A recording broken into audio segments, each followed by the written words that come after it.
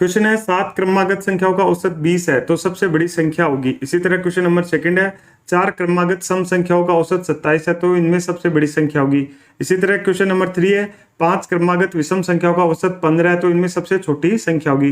देखा जाए तो तीनों क्वेश्चन एक ही तरह के हैं, तो औसत से संबंधित एक आधा क्वेश्चन आपके एग्जाम में जरूर पूछा जाता है, चाहे वो सेंट्रल गवर्नमेंट का एग्जाम हो चाहे वो स्टेट गवर्नमेंट का एग्जाम हो। तो चलिए क्वेश्चन को शुरू करते हैं। तो क्वेश्चन शुरू करने से पहले हमको पता होना चाहिए कि औसत किसको बोलते हैं।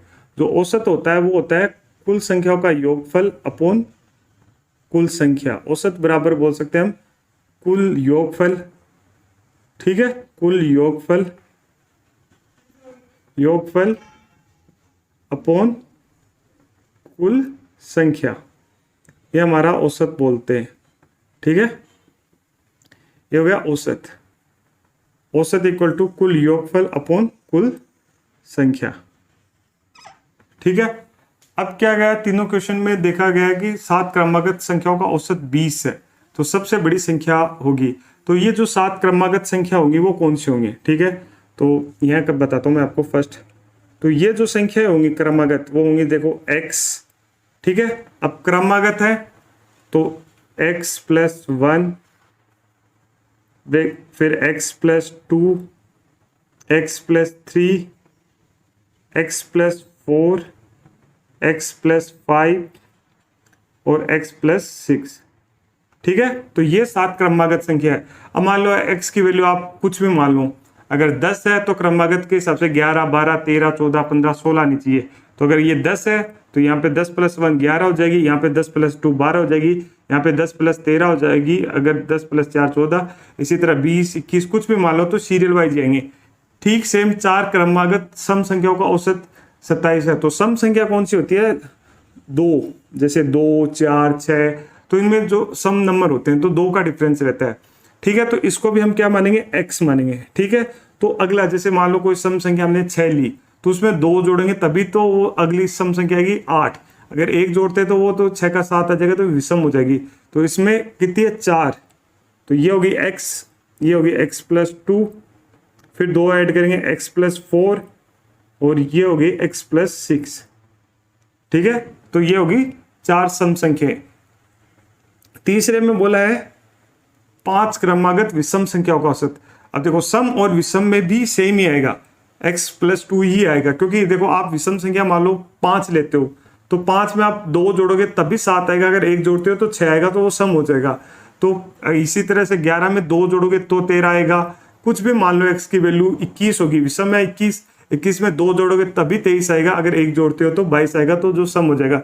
तो यहाँ 5 विषम संख्या हो जाएंगी, x + 2, x + 4, x + 6 और x + 8, ये लो, ठीक है।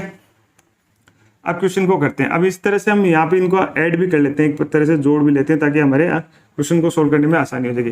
देखो इसमें तो 7 है, 1 2 3 4 5 6 और 7x है, 7x, ठीक है। 1 2 3 3 6 10 10 15 6 21, ठीक है। वापस जोड़ लेंगे, 1 3 3 6 4 10 15 और 6 21, 7x + 21, ठीक है। इसी तरह इसमें जोड़ेंगे 1x 2x 3x 4x है प्लस 2 6 और ये +12, ठीक है। थर्ड वाले में 1x 2x 3x 4x 5x, तो 5x, ठीक है। जितने नंबर दिए उतने x तो होंगी। फिर 2 और 4 6 6 12 और 8 20, ये हो गए 20, ठीक है। अब तीनों के एक तरह से हमने इक्वेशन बना लिए तीनों के लिए। पहली इक्वेशन पहले के लिए है 7x + 21, दूसरे के लिए 4x + 12 और तीसरे के लिए 5x + 20। अब आते हैं हम असली बात पे। तो 7 क्रमागत संख्याओं का औसत 20 है। देखो औसत 20 है, कुल योगफल हमको पता नहीं है, संख्या यहाँ पे कितनी है हमारे पास 7, ठीक है। तो इससे हमारा जो कुल योगफल निकाल लेंगे, पहले का जो योगफल आ जाएगा वो कितना आ जाएगा, औसत कितना दे रखा है 20, ठीक है। योगफल हमको दिया हुआ नहीं है एक तरह से, तो इसको मान लो कुछ में मान लो a b जो भी है, ठीक है। तो 20 में मैं यहाँ पे वैल्यू पुट करके तो योगफल निकाल लेंगे यहाँ से, तो ये आ जाएगा 20 × 7, 20 गुणा 7, तो पहले का जो योगफल आ गया वो 140। ठीक है, दूसरे का इसमें दे रखा है 4 क्रमागत सम संख्या का औसत 27 है, तो 27 गुणा 4 लिख दो, तो ये आ जाएगा 27 गुणा 4। तो 27 को 4 से मल्टीप्लाई करते हैं, 7 14 7 21 28, 2 4 दूनी 8 10, तो ये आ जाएगा 108। इसी तरह 5 क्रमागत विषम संख्या का औसत 15 है, 3, तो 15 कितनी क्रमागत संख्या का 5, तो ये आ गया 15 पंजो 75, ये इनका योगफल। ठीक है, औसत यहाँ रख दिए, कुल योगफल निकालेंगे, ऐसे ये क्रॉस मल्टीप्लाई हो जाते तो ये आ जाएगा। ठीक है, अब ये जितने भी आए वो इनके बराबर कर दो, 140 कर दो इधर, दूसरे के साथ 108 कर दो, और तीसरे के साथ कर दो 75।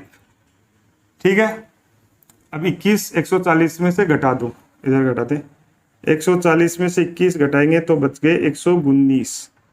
तो जो पहली इक्वेशन हो जाएगी यहाँ पे लिखते हैं तरह से, यह आ जाएगी 7x = 119, तो x की वैल्यू आ जाएगी 119/7। ठीक है, तो इसको डिवाइड करेंगे तो 7 एकम 7 7, और ये आ जाएगी बच गए 4 49, 7 7 49, तो x की वैल्यू यहाँ की यहाँ पे 17।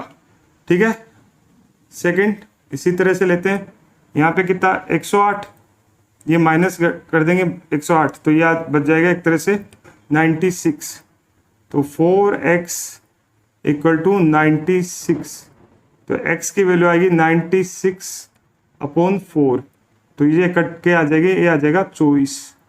ठीक है, तीसरे में ये गए 75 में से 20 गए,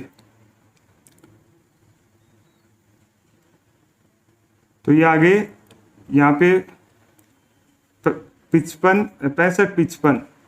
ठीक है, तो यहाँ पे आएगा 5x = 55, तो x की वैल्यू हो जाएगी 55/5, वो आ गई 11। ठीक है, तो यहाँ पे एक x की वैल्यू फर्स्ट में आई 17, सेकंड में आई 24, और थर्ड में आई 11।